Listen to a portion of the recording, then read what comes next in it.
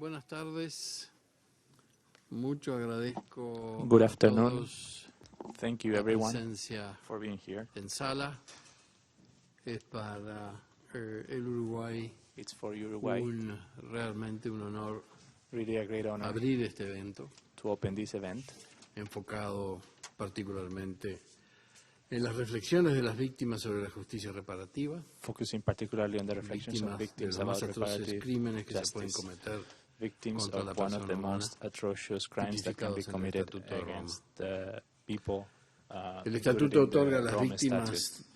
de esos crímenes This un rol de statute participación, gives the que es una victims of these innovación crimes a relevante participatory en role, materia de derecho penal internacional, which is a relevant siendo innovation el in primer terms of tribunal penal que lo otorga. Es de international destacar penal law.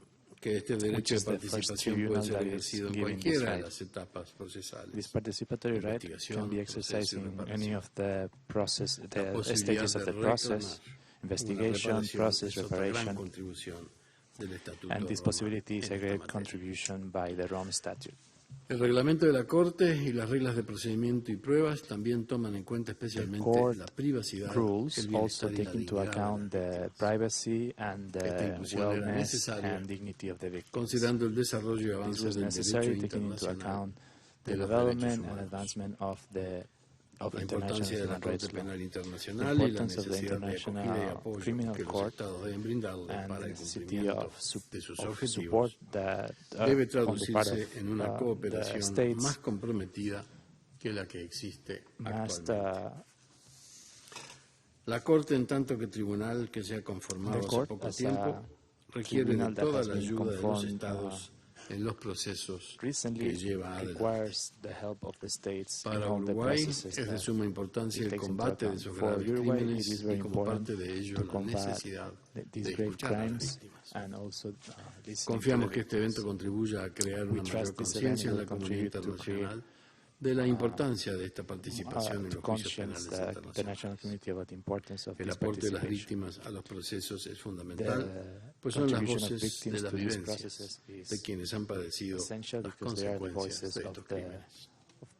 Entre ellas escucharemos a la diputada Macarena Gelman, miembro del Parlamento de Uruguay, quien ha sufrido en carne propia estos aborrecibles crímenes. Me complace ahora ceder la palabra a mi colega Patrick Luna de la delegación de Brasil, quien oficiará de coordinador y a cargo de las exposiciones. Muchas gracias, señor embajador. Good afternoon to all. I would like to join Ambassador Rosselli in thanking you all for coming to the side event co-organized by the missions of Brazil, Switzerland, and Uruguay in close cooperation with Parliamentarians for Global Action and with International Organization for Victims Assistance, as well as with the Victims' Rights Working Group and the International Justice Project. During this 16th Assembly of States Parties, 6 new judges will be elected, and intense discussions are expected on issues that range from cooperation, budget, to the crime of aggression. And in the face of such challenging agenda for the ASP, we as co-sponsors of this event thought that it would be important not to lose sight of victims. Retributive and reparative justice are, after all, among the main reasons that inspired the international community when designing the ICC. The Rome Statute is indeed very advanced when it comes to the victims' rights. It includes a comprehensive set of provisions that not only protect victims, but also allow them to participate in the proceedings and entitle them to apply for reparations. And the figures are indeed impressive. Over 22,000 victims have already applied to participate in ICC proceedings. And reparation proceedings are currently ongoing in 4 different cases, demonstrating that, as stated yesterday in the opening of the ASP by the chairman of the board of the Trust Fund for Victims, the promise of reparative justice made in Rome is not an unrealistic ambition. It can be turned into reality. And reparative justice does not stop there. While it is clear that the testimonies of victims are crucial for the activities of the prosecution and defense teams, it is equally clear that they are much more than a tool to win a case. It is important that we take a look at the process and make sure that each encounter of a victim with the court is reparative. and that they feel considered, and that they feel acknowledged. And this is what the side event is about. So I would now like to give the floor to the other members of the panel. And I would start with Mr. Mohammed E. Mr. Mohammed is a survivor of the genocide in Darfur, where he was held captive by the Sudanese forces before escaping to Chad in 2003. He has been a human rights activist since the war began in Darfur, and is currently serving as president of the Darfur People's Association of New York. And Mohammed is a recognized victim in the Darfur situation case against al-Bashir. So, Mr. Mohammed, you have the floor.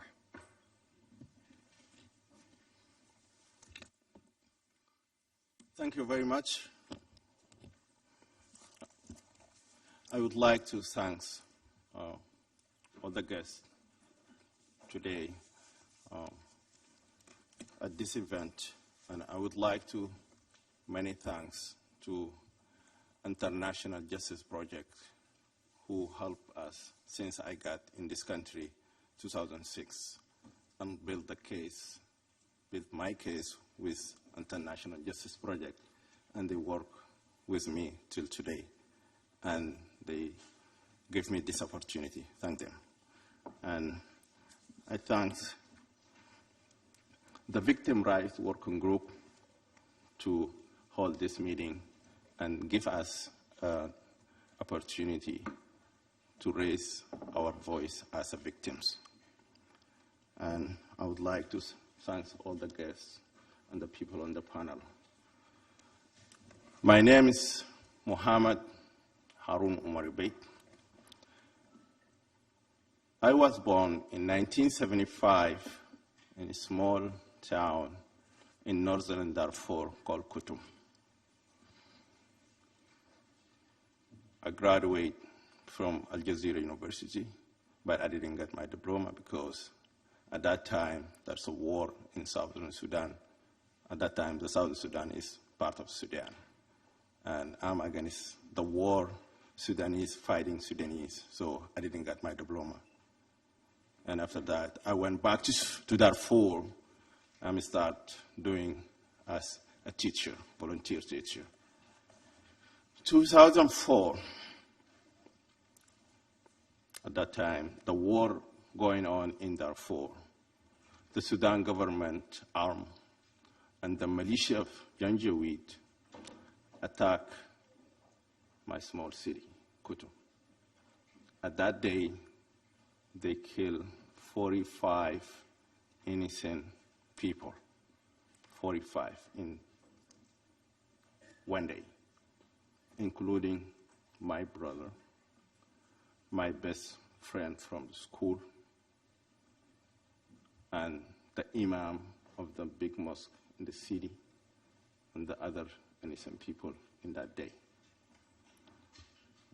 From that attack, I fled the city, and we, with the others, we left the country to neighboring country in Chad. In Chad, at the refugee camps in Chad, I left behind my 1-year-old child. And I went to N'Djamena, and I got access to get here in safe haven for one of 1,000 of genocide survivors coming from Darfur. So I'm considering myself as a genocide survivor.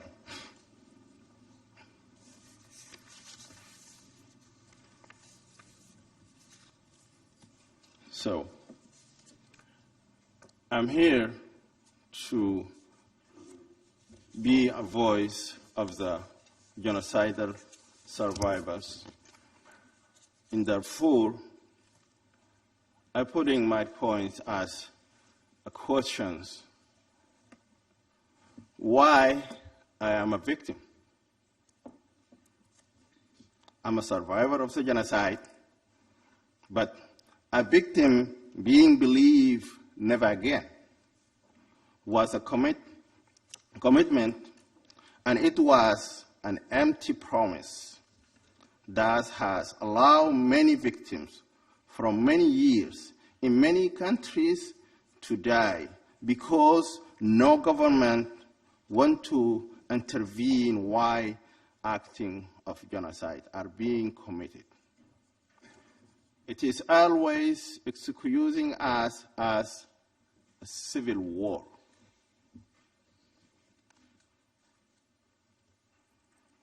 Does my voice matter? And why my voice matter? The ICC, the International Criminal Court, it is our only hope for the justice, and rely on the victims to be brief and tell the truth of being targeted by their own government because of race or religion or both of them.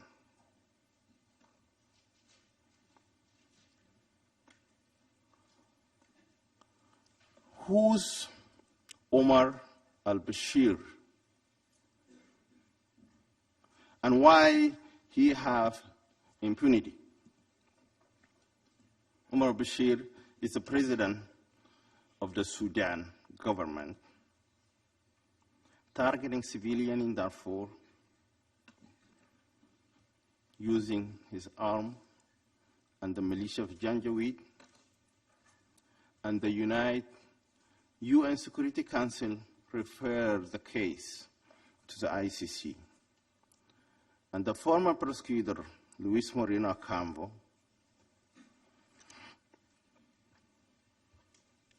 presenting the evidence to the judge, and the arrest warrant was issued against al-Bashir for the war crime and crime against the humanity. Later, after more evidence was presented to ICC, the judge issues the second arrest warrant against al-Bashir for the genocide. Now, al-Bashir, since 2009 till today, al-Bashir has traveled to many countries, and he's free, including China, and recently with Russia, Putin, and the Trump administration has permanently left the sanctions against the Sudan government, and now is ready to remove the Sudan from the list of that country supporting the terrorists. Al-Bashir protecting bin Laden in safe haven and keep him safe in Sudan for years. So where we are now, I have a role and the responsibility. I have a role and a responsibility to the victims who have lived in this camp for 15 years, live in this camp for 15 years, to keep fighting against impunity. Al-Bashir needs to be arrested while he is a president. He is sitting ahead of state, needs to be held accountability for the crime that he committing, not slept on the rest and the later when he has later when he has no power.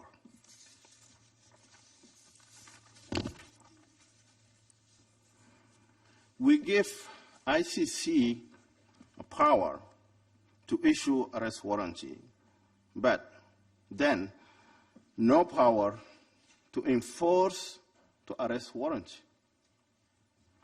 Why is there no penalty for those states that fail to arrest him?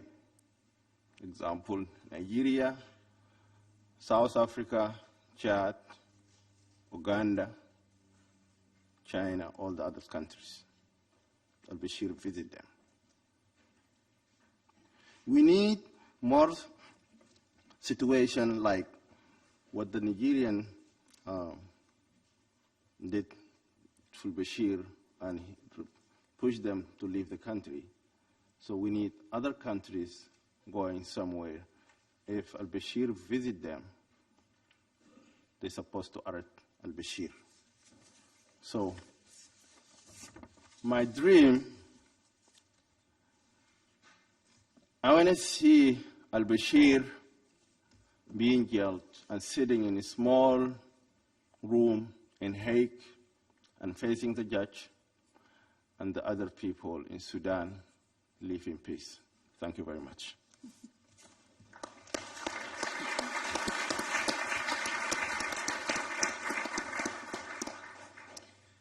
I thank Mr. Mohammed for his presentation, and I would give the floor to the next participant of our Victims' Voices panel, Mr. Joseph Manoba, here to my right.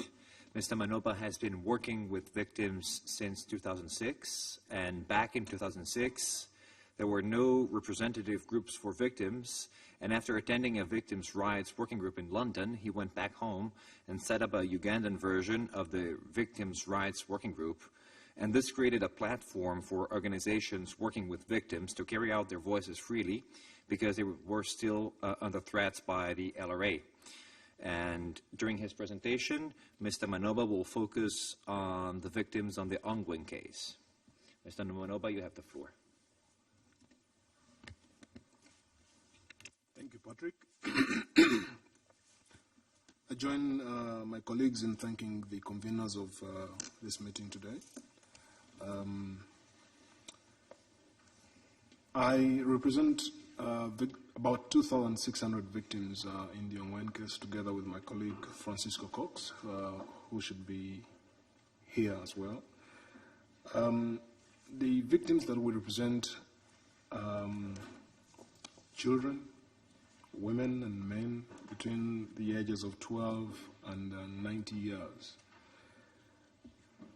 These victims have suffered loss of loved ones.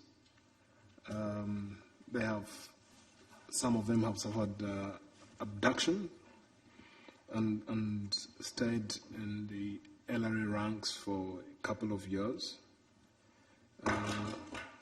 There are cases of sexual and gender-based crimes, and of course torture and other inhuman acts. These victims come majorly from two ethnic groups in Uganda, the Acholi and the Lao. The LRA leadership is from the Acholi ethnic group, but this did not stop them from attacking their own ethnic people.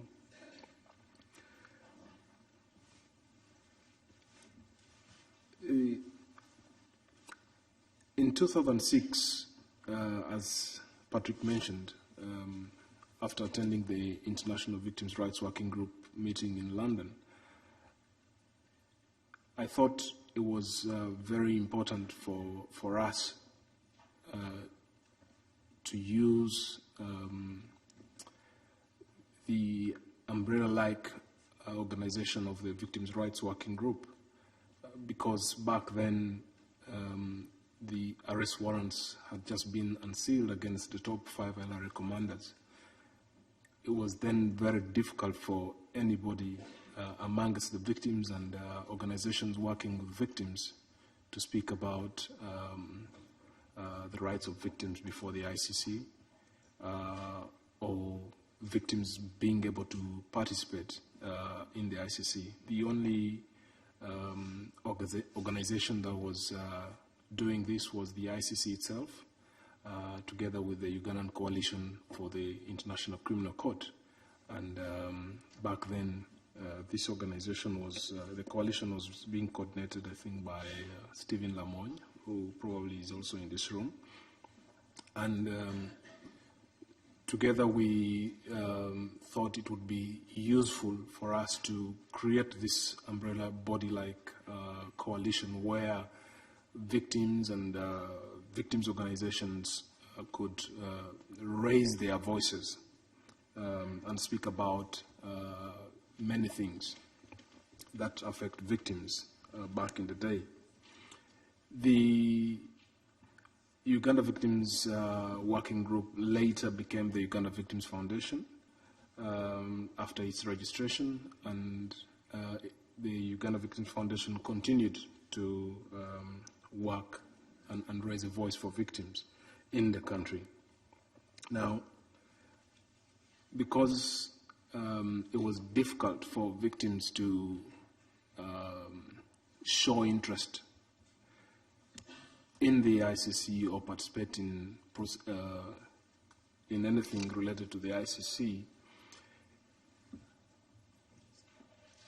this was because the LRA was still very active in Uganda.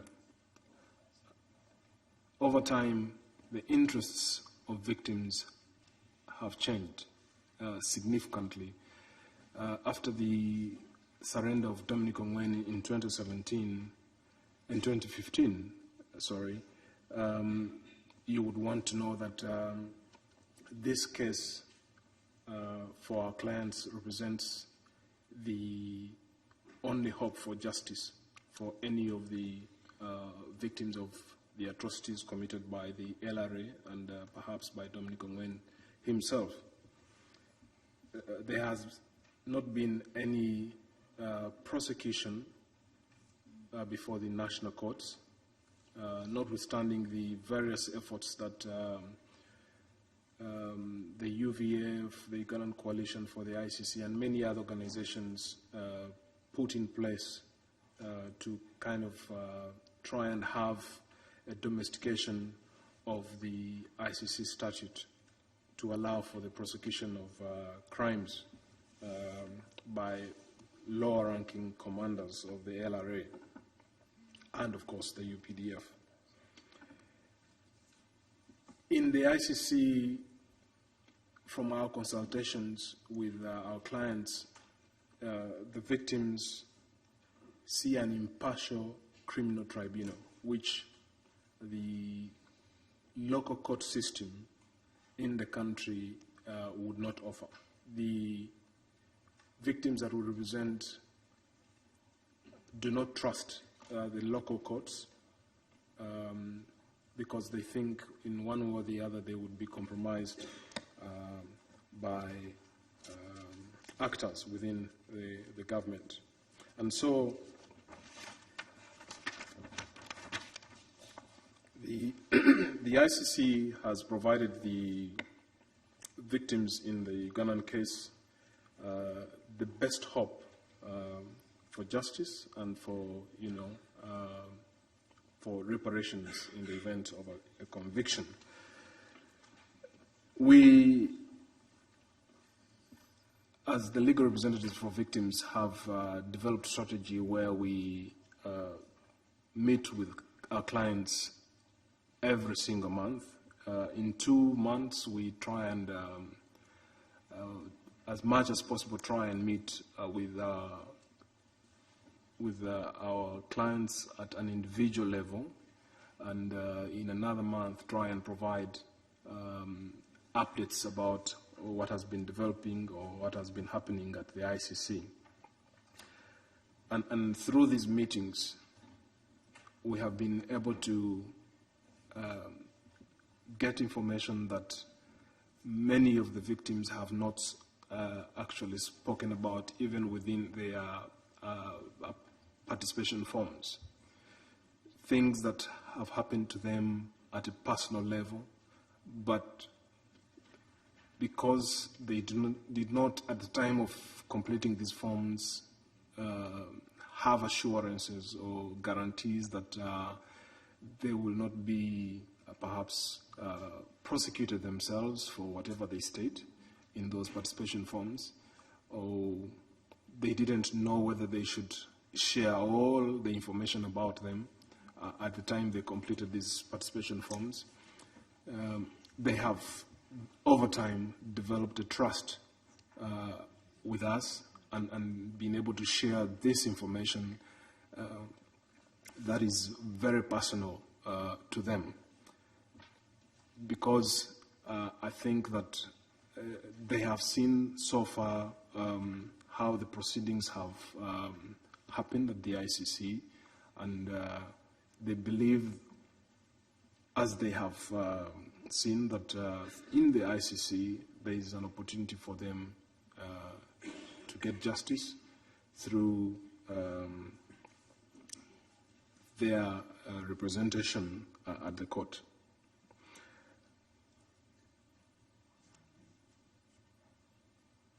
Of course, the nature of the proceedings at the ICC is legal and highly technical. We do our best to speak to the victims in a language that is understandable. We avoid as much as possible the technical terms and try and make it simple for them to understand. You will want to know that notwithstanding the distances that these victims have to move to meet with us, they will, once they are aware that we'll be coming to meet with them, they will sacrifice working in their farms. They will sacrifice whatever they are supposed to be doing and move these long distances to meet with us and hear what we have to say. Accountability within the Acholi and Lango ethnic communities of Uganda is very important. Both these ethnic groups have a documented history or culture of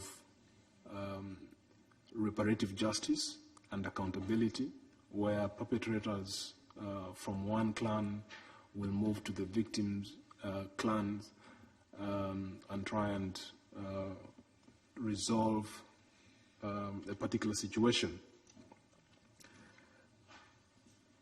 Of course, Dominic Ongwen, the accused person, is one of those people who was abducted as a child and grew up in the LRA ranks. But these communities have expressed their views that while this was the case, the other abductees, who probably were as much younger or as old as he was, still used the opportunity that they had to escape. And therefore,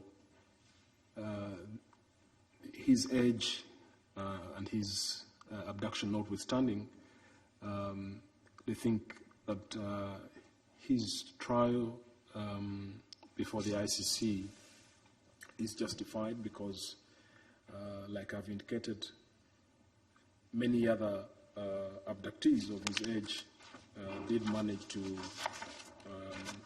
escape and return home, notwithstanding the threats that were on their heads if they were ever captured or arrested trying to escape from the LRA ranks.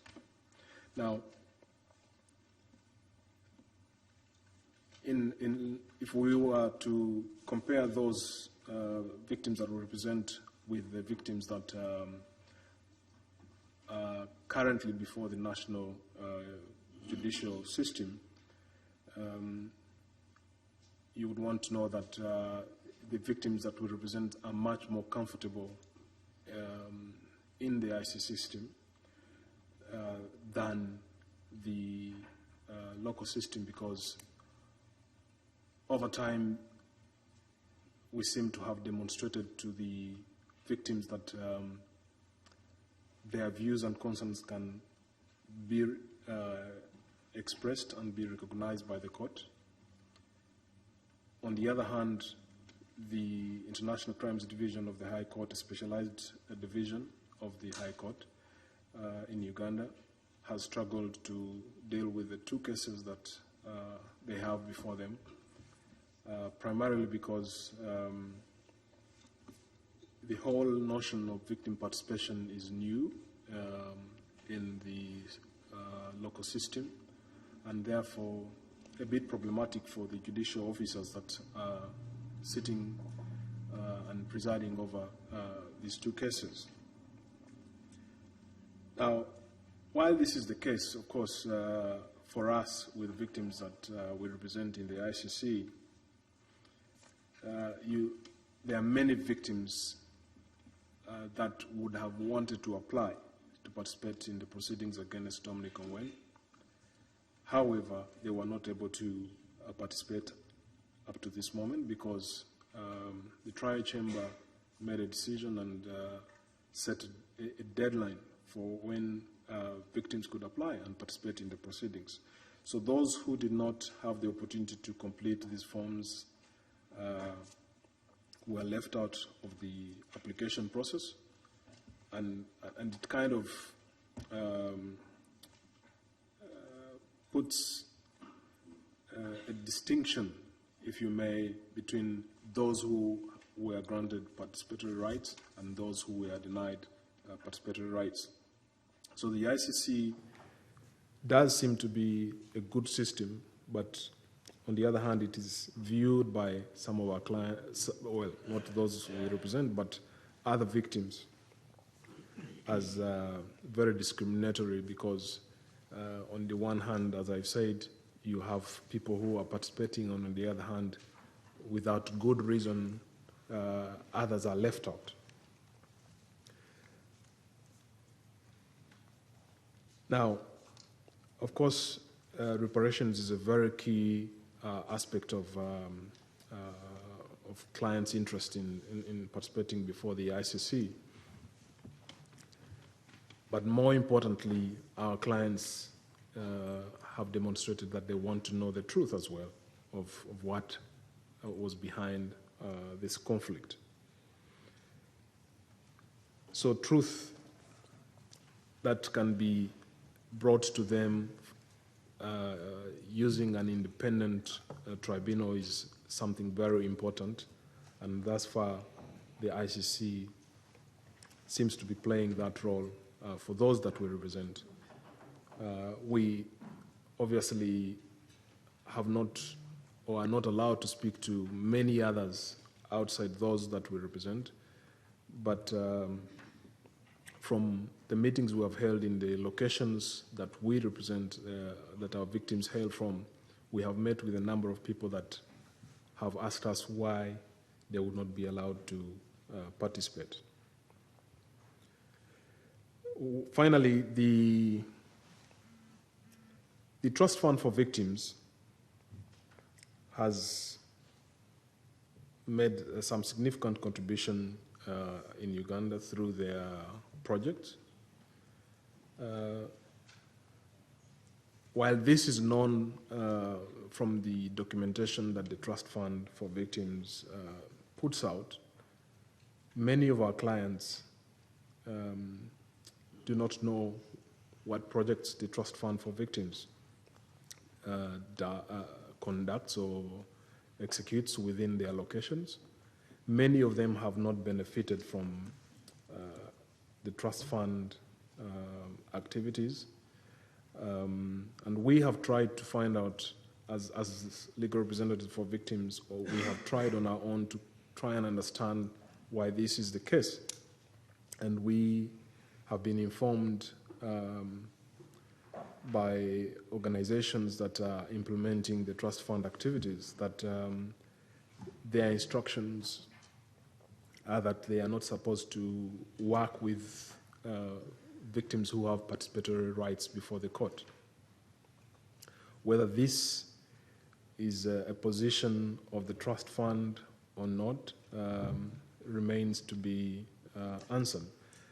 But over and above what the Trust Fund has done for victims in the country, many and I'm talking about 2,600 people that we represent. Our clients were more, but a number of them have passed on, bringing the number to 2,600. Many of those, or if not most, do not know what the Trust Fund for Victims does. Thank you very much.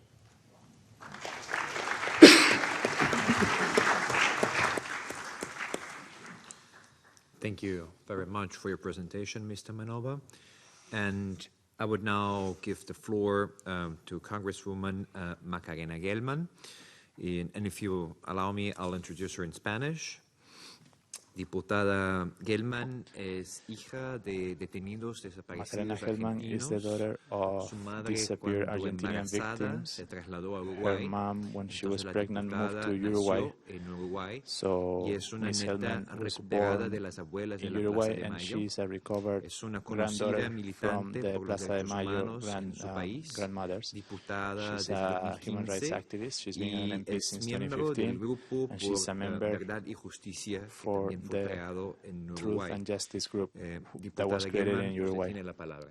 Diputada Hellman, the floor is yours.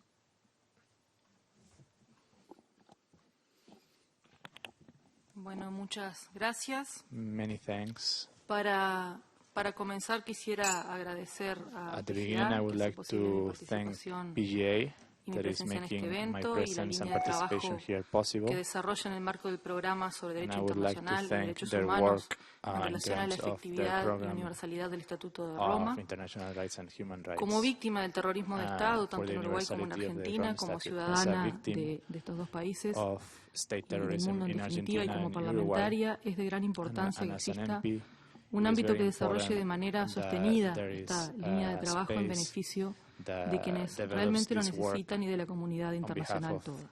the victims and Voy a the presentarme international community. brevemente. I'm going to introduce myself briefly. Soy hija de detenidos I desaparecidos am argentinos, the como daughter recién lo of mencionó detained, Patrick. disappeared people from Secuestrados Argentina en that were 1976 kidnapped in en Buenos Aires. 1966 Mi madre permanece in Buenos Aires. desaparecida My hasta el mom día de is hoy. is Mi padre fue disappeared till encontrado today. asesinado My dad en was found 1989. murdered in 1989. Yo fui separada de I mi was madre separated from my mom y entregada a una familia and given to uruguaya a a los 2 meses y Uruguayan medio family when I was de haber 2.5 nacido, months old, habiendo permanecido también desaparecida and por I was 23 disappeared años. for 23 years. Mi madre había sido trasladada My mother had clandestinamente been al Uruguay taken clandestinely to Uruguay con 8 meses de embarazo, when she como was también se 8 months mencionó, en el pregnant, marco de la coordinación represiva en in América the Latina framework conocida como of the Operación Condor Cóndor. Operation, Y de a esta manera repressive es que mi operation in nacimiento Latin America, ocurrió en and that's why Uruguay. I was born in Uruguay.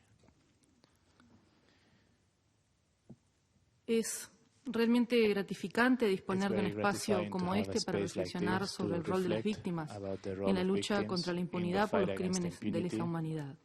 for Las crimes víctimas against humanity. sobrevivientes han The tenido y victims tienen and un papel survivors fundamental have a en la lucha fundamental contra la role impunidad. Son prueba in the fight against viviente impunity. de lo ocurrido, They're son living quienes han proof of what aportado happened, la mayor carga and they are the ones who de have información provided sobre the lo ocurrido information e about what impulsado happened and las promoted investigaciones y procesos, investigations brindando and sus proceedings. testimonios en sede With their judicial, testimonies han before aportado the court, pruebas they've given o han evidence, solicitado or they la have práctica de requested, diligencias probatorias, contribuyendo hacia elaborar argumentos de and they hecho have y de elaborated derecho rigurosos arguments, y convincentes, de manera que los operadores judiciales so judicial puedan contar con operators los elementos necesarios can para have hacer the su trabajo. necessary elements to do No their es work. habitual que quienes cometieron los crímenes los confiesen It's not ante very un common tribunal that y en general los the estados perpetrators responsables han confess their tardado crimes. Los estados And responsables han tardado responsible mucho states en have taken asumir a long time su to assume their responsabilidad y en actuar responsibility and proactivamente to act proactively en los casos que así lo hacen. when they do. Las organizaciones de víctimas The victims' y organizations sobrevivientes and y sus survivors and their familiares families son quienes principalmente are han the ones who mantenido have el tema en la maintained agenda pública, the situation, independientemente the de que los case gobiernos, in the agenda, que durante muchos regardless años han mirado of para el the costado, action negado y of maltratado el governments, tema which for ante many los years reclamos de have la ignored sociedad civil en ámbitos the tanto issue nacionales in como front of the internacionales. civil society demands. Las organizaciones de derechos humanos Human rights enfrentan organizations muchos face desafíos, many entre ellos challenges, la among necesidad de them adaptar sus the estrategias necessity to adapt their de acuerdo strategies to the political a la situation. coyuntura política y and social social situation. y han demostrado tener la They have capacidad para demonstrated esto. the capacity to do so. La justicia internacional ha International tenido un justice rol preponderante en la has lucha had contra a la very impunidad y ha important role sido in the fight y against es al día de impunity, hoy una muy and buena it's been, and herramienta it is para estos today, fines. Las organizaciones de derechos humanos tienen sus propias listas de detenidos desaparecidos y paulatinamente se fueron asumiendo por el Estado, si bien hay casos que están pendientes de estudio. Se puede decir que estas son las listas más confiables debido a la amplitud de los criterios manejados. Durante muchos años, la mayor parte del tiempo, las víctimas han tenido en las instancias judiciales en Uruguay un rol pasivo y revictimizante, ya que el sistema así lo determinaba. Sin embargo, y aún con anterioridad a la reciente puesta en marcha del nuevo Código del Proceso Penal en Uruguay, la implementación del Estatuto de Roma en la normativa interna a través de la Ley 18.026, promulgada en el año 2006, ha permitido modificar tímidamente esta condición. Y digo tímidamente porque no ha sido fácil ni ha sido automático. Voy a contar dos anécdotas, intentaré que sean muy breves, que me involucran personalmente. La primera es que hace algunos años resultaba muy difícil acceder a las actuaciones judiciales, ya que no éramos parte. Por ese entonces estaba procurando obtener información de la causa para incluir en una denuncia ante el sistema interamericano, y al reclamar insistentemente, un abogado me refirió que si el juez me brindaba esa información y me permitía obtener copia de la misma, era por buena voluntad, siendo que la ley 18.026 ya estaba en vigencia y me habilitaba a ello. Pero así lo trataban los usos y costumbres en el ámbito judicial.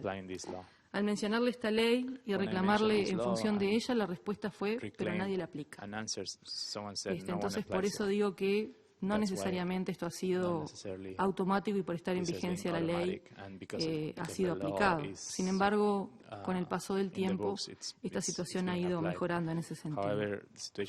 En otra ocasión, ante un procedimiento de identificación fallido y engañoso, reñido con la ciencia, de un cráneo que se pretendía demostrar que era de mi madre, y ante el cual el juez había tenido una actitud sumamente adversa para mí, dificultando el acceso a mi reclamo de las condiciones en las que esa pericia había sido realizada. Fue invocando también esta ley 18.026 que finalmente logramos que se accediera a admitir una pericia de parte. Finalmente la identificación no fue tal, pero existió un riesgo importante de que el juez admitiera esa primera mala pericia y fallara por convicción. Es así que fue de suma relevancia el poder contar con esta ley ya en nuestro orden jurídico interno. La obtención de justicia en los casos de crímenes de lesa humanidad ha sido y es la mayor dificultad en la lucha contra la impunidad. En la práctica judicial uruguaya estos derechos se cumplen con las limitaciones propias de un sistema penal inquisitivo vigente hasta hace apenas un mes, era el que entró en vigencia el nuevo Código del Proceso Penal, según el cual las víctimas no podían constituirse como parte durante el juicio. Asimismo, una vez culminados los procesos internacionales, las víctimas también cumplen el rol principal, un rol principal en cuanto al seguimiento del cumplimiento de los compromisos internacionales asumidos por el país y ante el cumplimiento en casos particulares, que nos permite, entre otras cuestiones, la implementación del Estatuto de Roma a nivel interno. Creo que más allá de lo estrictamente legal, nos permite apropiarnos de nuestra historia, ser parte de ella. Y en mi caso, el término apropiarse no es carente de contenido simbólico. Nos permite ser parte de alguna manera de esta historia, específicamente a través del proceso de justicia. Y tengo la plena convicción de que la justicia es la reparación por excelencia. Si no accedemos a ella, ninguna otra reparación tendrá el efecto debido. Y quiero destacar también en ese sentido la importancia del proceso judicial como la medida principal de reparación. Más allá de la sentencia final o el resultado final de un juicio, la manera en que las víctimas transitamos por ese proceso de justicia creo que deja muchas veces mayores secuelas o mayores signos de cómo ese proceso fue atravesado, inclusive que lo que es el resultado de una sentencia que puede ser condenatoria o absolutoria. Creo que en ese sentido que el proceso de justicia se ha llevado adelante con las mayores garantías, con la mayor participación posible y con el cuidado correspondiente, puede ser muchas veces determinante en la vida restante de un sujeto que fue víctima de, en este caso, terrorismo de Estado. Así que es esto cuanto tenía para decirles, y muchas gracias por haberme prestado atención. Many thanks for your attention.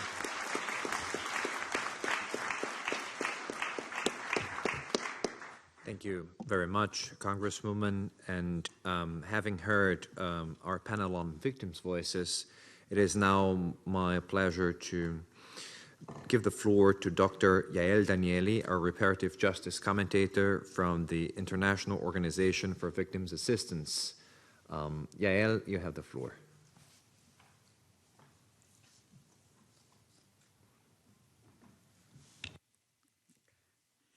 Thank you, Patrick. Thank you, my fellow panelists. It is not the first time I've been in this position, yet every time my heart breaks a little more, my ears become a little more open, and the struggle with hope becomes a little harder, even though we've seen some progress.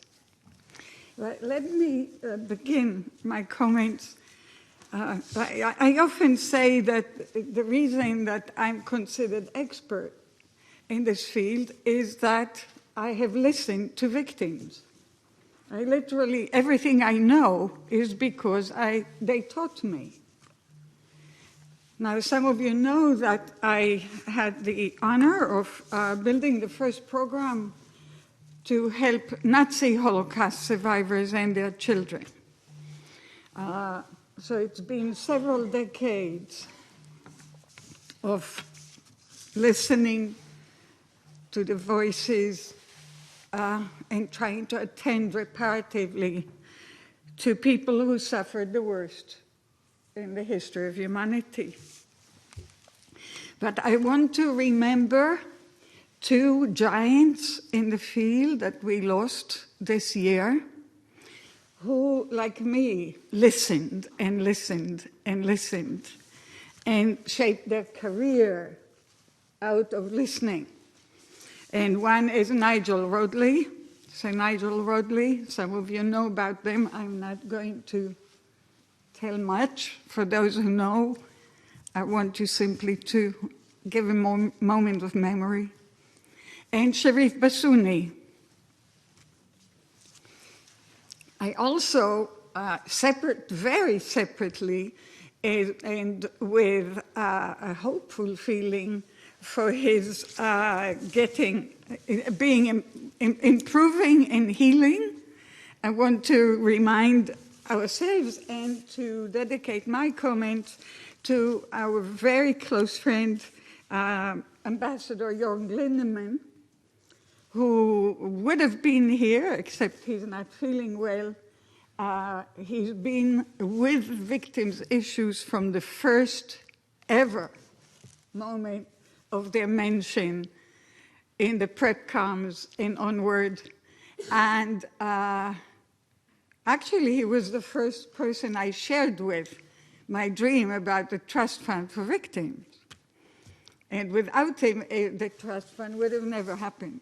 So I want to celebrate his recovery and remember him and thank formally the government of Switzerland for enabling this event to happen with good food and with good company.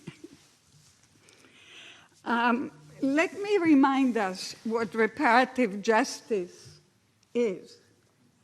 I'll also speak a little bit about what reparative justice is not. So, reparative justice attends to justice from the point of view of the victims. So, for example, when people say restorative justice, they mean restoring the offender into the community, right? That began in criminology as a field. Reparative justice began in victimology as a field, and it attempts to repair the victims, their families, and societies, and actually the world. What you heard, the word you heard most here today was hope. Hope forever, no hope. Yes, just people, victims entrust justice institutions with hopes. They also entrust justice institution, and the ICC in particular, with being able to listen, being able to have them present. Not only achieving justice as an endpoint, that is a sentence, for example, or a reparation order, but to be there moment to moment to moment in the full process of justice. And as my colleague Macarena just said, it is the process for the victim's heart that we want to repair also. Huh? It is the process that contributes more to repairing the victim's heart than the ultimate sentence. Hopefully that should be equal. Ideally, that's what justice should be. So in reparative justice, we speak equally in terms of importance of the outcome and of the process. And we conceive of the process literally moment to moment, because we know that every moment we have a choice between treating the victim as an instrument for a case or treating the victim as an object for healing, as an object for dignity, treating the victim with respect that ultimately will contribute to the victim's restoration in the victim's own communities and societies. I will not speak for long now. You know, some of you have read my work and will be able to. I want to raise three important issues that I have not raised much in the past. One is people talk, the issue of time, the relationship between justice and time.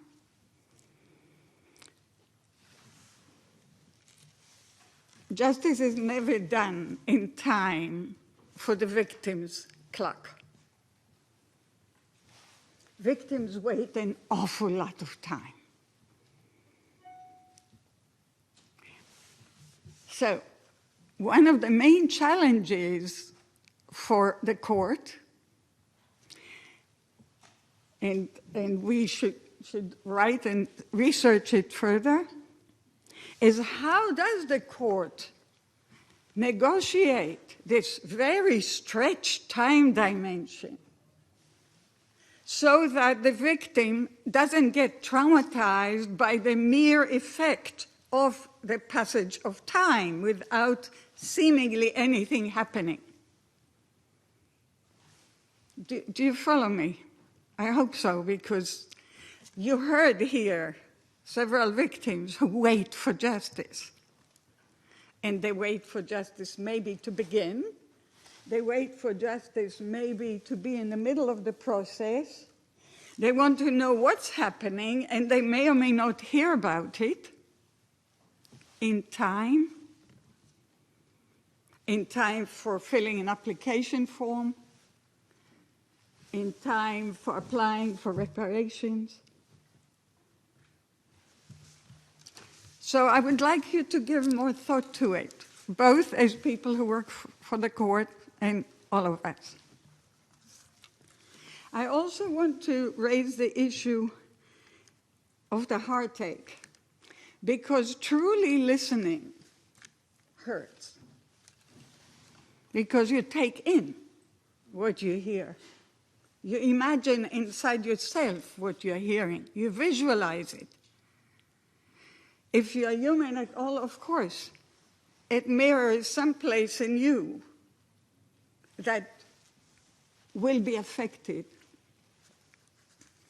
The court has done very well, actually, in heeding that kind of understanding in the sense of providing victims better services, such as having psychologists as part of teams for investigation, but also from the point of view of providing their own staff, their own workers with support, psychosocial support, so they don't get too heartbroken to be able to listen and to be able to be there for the victims and to be able to be there for their own lives. It's not a necessary sacrifice. It can be lived with.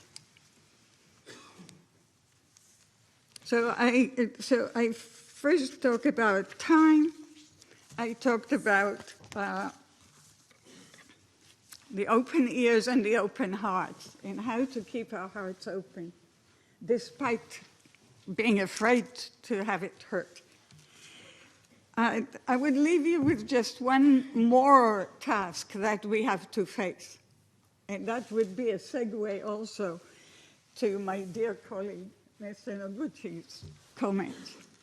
And that is, what do we mean by symbolic and symbolic reparations?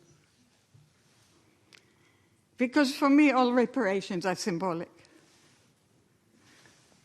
If my father were killed, no money would bring him back. I mean, that's nothing I can say would contribute to wisdom. So I think we have a professional as well as experiential challenge to understand what we mean by it. Do we mean by symbolic only non-pecuniary? So money is real and symbolic is not real? We have many interesting questions to work on, and I'm looking at the trust fund board with particular expectation for that. There's a lot more to say, and we will continue our dialogue. But let me try to go back to hope. The mere fact that we're here holding these meetings and trying to commit ourselves to hold them every time the Assembly of State Parties meets is hopeful. It makes sure that we renew our commitment to listening to victims, to understanding victims' involvement in the process, to respecting victims' involvement, and to making sure that victims' involvement in the process of justice will be reparative for them and, as a result, for all of us. Thank you.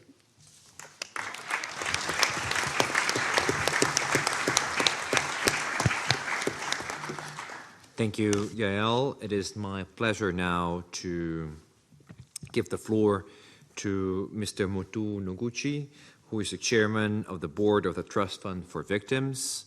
Of course, you all already know him. He has a very impressive career on international criminal law. He's at present a prosecutor as well at the Supreme Public Prosecutor's Office in Tokyo. And among the many roles that he had in the past associated with international criminal law, he was also an international judge at the Supreme Court Chamber at the Extraordinary Chambers of the Courts of Cambodia, the ECCC, from 2006 to 2012. Mr. Noguchi, you have the floor. Thank you, Mr. Chairman. First, I'd like to thank organizers, Switzerland, Uruguay, and Brazil government and PGA for giving this precious opportunity to discuss victims' issue amongst all other complicated issues being discussed during this ASP. I have been encouraged to hear that almost all the speeches from the court principles as well as from the United Nations Security General mentioned TFB, and so even if this is primarily to discuss crimes of aggression, we have confirmed that victims is not forgotten about. And thank you again for inviting me, as well as all the board members and the executive director of the Trust Fund for Victims sitting in the front row there. Let me briefly describe maybe three challenges the Trust Fund for Victims are facing now. I'm not planning to go into details of the situation of the Trust Fund, which I already addressed to the ASP yesterday morning in rather detailed in my 15-minute speech.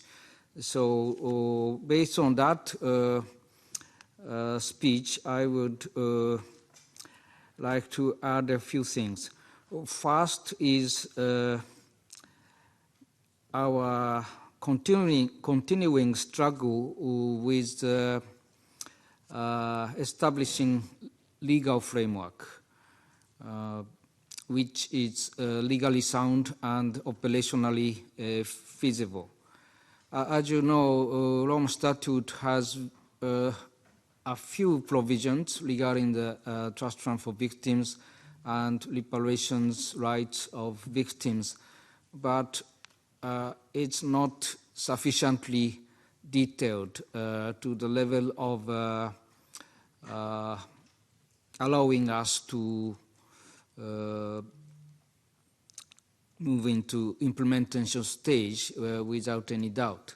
So for the last few years, as you have seen, there has been a lot of scattered trial chambers level decisions, reparations orders. Some of them are being appealed. And for the moment, we have only one appeals judgment from the Lubanga case, which has provided some of the substantial principles to be applied to other cases too. But still, we have yet to establish a detailed legal framework. And this work has been pretty complicated, and as you have seen, the Trust Fund for Victims have submitted tens of legal submissions as well as our observations from the field in an attempt to assist relevant chambers in formulating the most appropriate modalities and substance of remedies to the victims in particular cases. As I have mentioned in my speech, we talk about victims, but victims are very much different from case to case. When we talk about Lubanga victims, former child soldiers 15 years ago, scattered across the world probably now, and that's quite different from when we are talking about 300 victims in the Katanga case who are much easily identified. So naturally, the chamber is still tasked with looking very carefully at the characteristic of the sufferings and the present status of victims in individual cases. So on that basis, we still have to establish some kind of common legal framework to give predictability and transparency to victims who would be beneficiaries of the mechanisms. So trust fund for victims sometimes, as you have seen, objected to the Chamber's approaches in a belief that it would not help victims to truly benefit from what we are trying to do. We didn't hesitate to speak loudly against some of the Chamber's decisions in a belief that trust fund for victims, one of the main tasks is to assist the Chambers to lead to the establishment of a sustainable legal and operational framework which could be precedent to all the other cases. Secondly, there are huge operational challenges, as was mentioned by other panelists, as well as Dr. Danieli, as well as the issue raised by Mr. Manuba relates to this. We have limited capacity. Trust Fund for Victims is composed of a very small staff in The Hague and in the field. We are the team of less than 20 individuals. Even if we are assisted by a large number of local partners, our capacity is still limited. On top of that, our intervention in terms of reparations mandate are rather slow or even delayed in terms of, from the point of view of victims. As mentioned by him, for victims in ongoing cases, they may not know us sufficiently yet because the case is still not yet in the reparation stage, so we have not conducted substantial reach to victims to directly hear their voices. Although we have been in operation in northern Uganda for 9 years, and some of them may have been benefited from our assistance programs.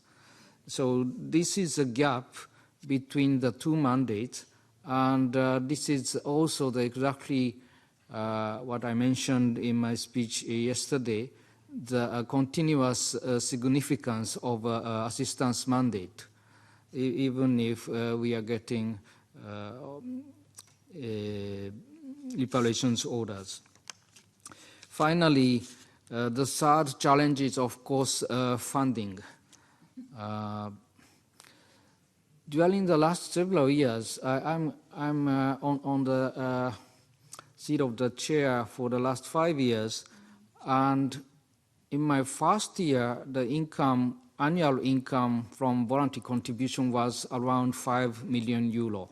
The second year too, and the third and fourth year, it has been decreasing instead of increasing, from 5 to 3 and then to 2 million.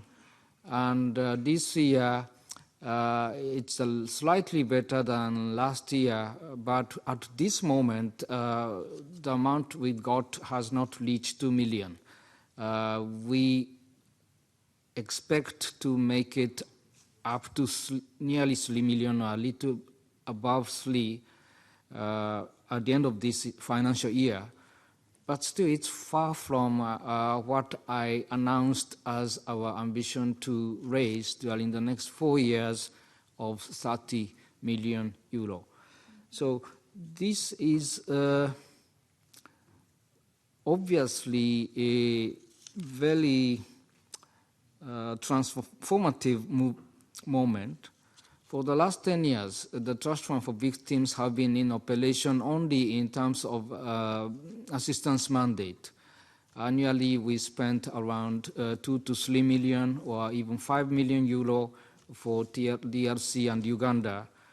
But that was partly predictable because how to organize programs and in which pace was fundamentally within our hands.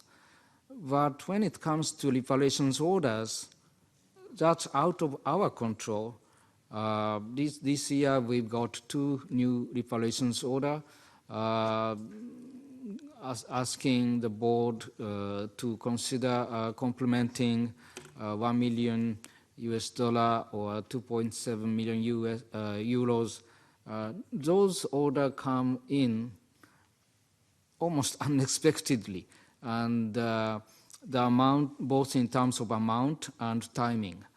So now the Trust Fund for Victims is sort of forced to reconsider fundamentally our approach.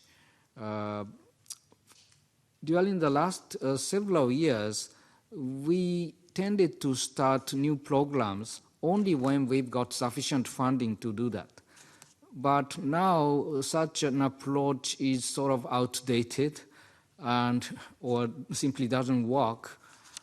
So we are now changing our approach to get funding, showing to the donors the concrete proposals arising from concrete reparations orders. For example, now we've got 2.7 million euro order on Alumadi case, for which the board is requested by the chamber to consider funding, but we don't have money. Please look carefully about this one, and please seriously consider whether you like to fund this particular program. We have to gradually change our funding approach like this, while maintaining significance of the continuous assistance programs. We are also entering a new program in Côte d'Ivoire, and that is another development that we have announced during this week. So we fully understand the limit of our reach, both in financial and human resource capacities, and we have been requesting modest increase of our budget, but as you all know, it's never easy to get what we really want. So it is high time for us to request, together with you, whether the state parties are really wishing us to accomplish what they want us to do. If really they want to place sufficient value in the Rome Statute system on reparative justice, that's not free of charge.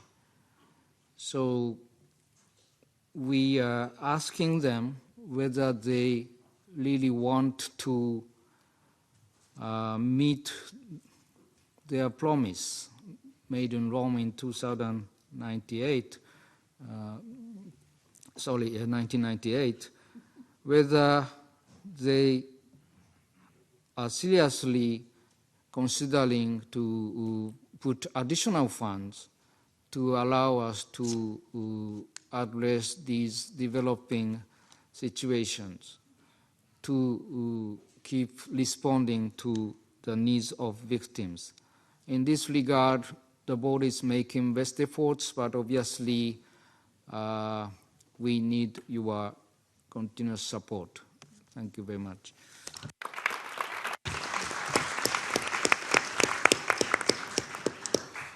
Thank you for your comments, Mr. Noguchi, and to you, we also thank the presence of all members of the board of the Trust Fund for Victims with us here today. And to conclude the formal part of our event, we would like now to show a video presentation with a colleague in Geneva, Mr. Peter van den Alvaret, who is a global lead transitional justice and post-crisis land issues at the International Organization for Migration. The IOM did establish a mechanism that can set up reparation programs and has therefore developed a significant expertise in handling mass claims in this realm. So please, now we can have the video presentation. Good afternoon. My name is Peter van der Ouweraert. I am the global focal point on transitional justice for the International Organization for Migration.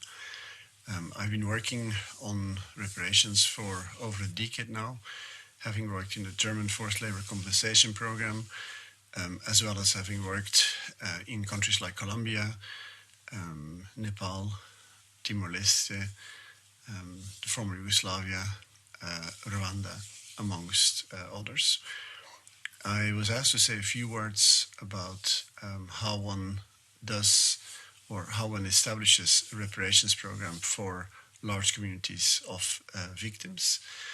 And I want to highlight 2 or 3 points in the 3 minutes that I have that I think are critical in terms of ensuring, or at least trying to ensure, that such a reparation program has a success.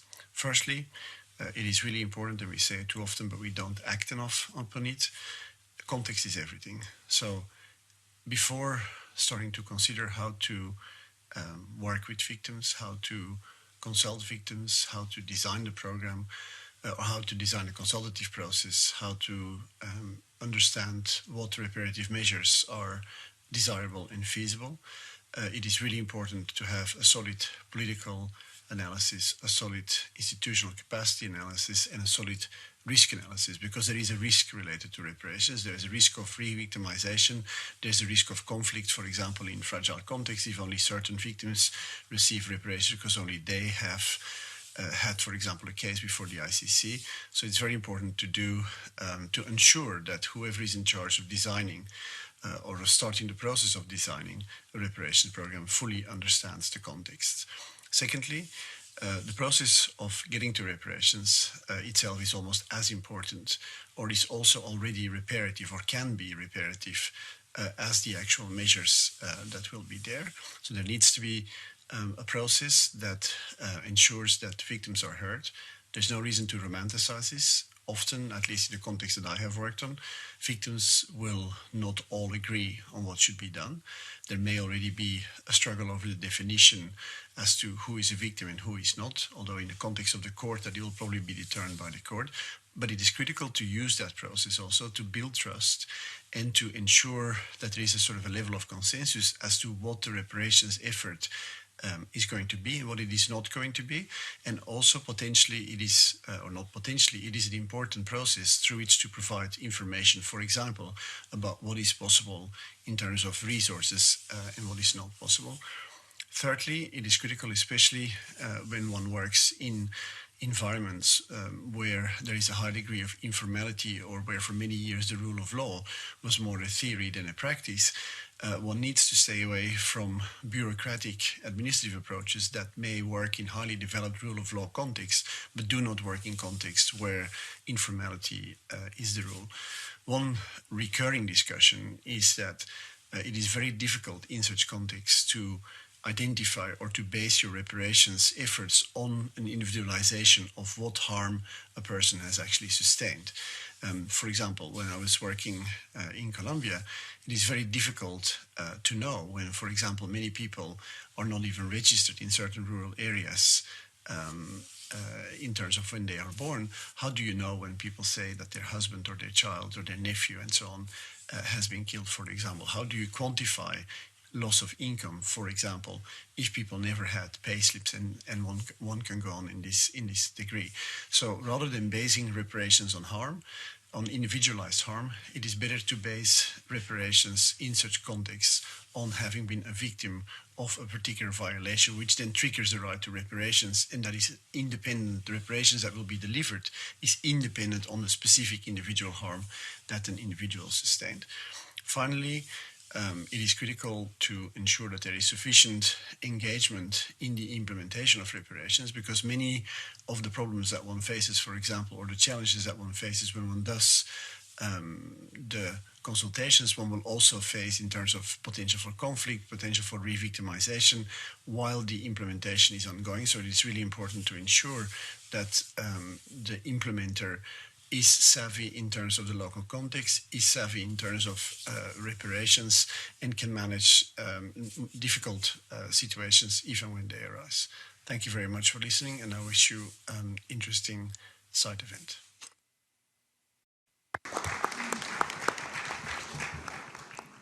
I thank our colleague from the IOM for joining us from Geneva and thereby sharing the practice that his organization has also developed in this area.